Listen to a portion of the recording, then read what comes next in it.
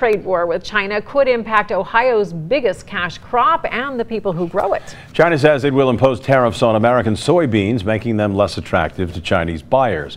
This in retaliation for President Trump's plan to raise import fees on some Chinese products.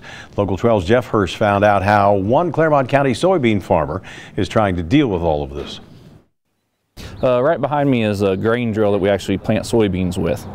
The land is too wet right now at Eric Wolfer's farm, and it's too cold outside to plant. So Wolfer is getting the machinery ready to put in seed for 85,000 bushels of soybeans.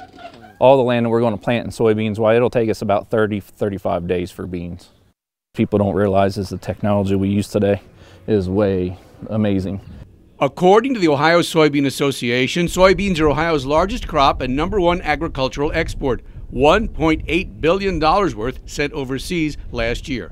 60% of Eric Wolfer's output is exported either to China or somewhere else outside the U.S. Like when my grandpa farmed, he shopped everything locally, bought everything locally, and he didn't have to worry about the world market at the time.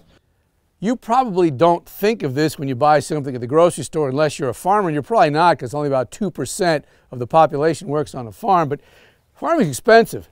One of these tires, $3,200, and the big tractor, $400,000. If China raises tariffs on American soybeans by 25%, that will mean fewer exports and less income for Eric Wolfer. Wolfer voted for President Trump, and despite the possibility of less money from soybeans, Wolfer says a trade fight could end up being good. I mean, it's a little bit scary for a few years, but in the long run, I think it'll be balanced trade, which is what we really need. So if the balanced trade gets us something where we get cheaper equipment, parts, chemicals, we're just as well off as having the extra money on the income side. The soybean market is kind of like the stock market. It rises and falls based on rumors, facts, and emotion. Yesterday, prices dropped 5% when China floated the tariff option. It edged back up today, but either way, Eric Wolfer says he's in this to stay. It's just great to know that we can plant something every year and be providing for the rest of the world. Jeff Hirsch, Local 12 News. Several major business and agricultural organizations in this country are trying to get President Trump and the Chinese leaders to back off the tariff threats and negotiate a trade agreement.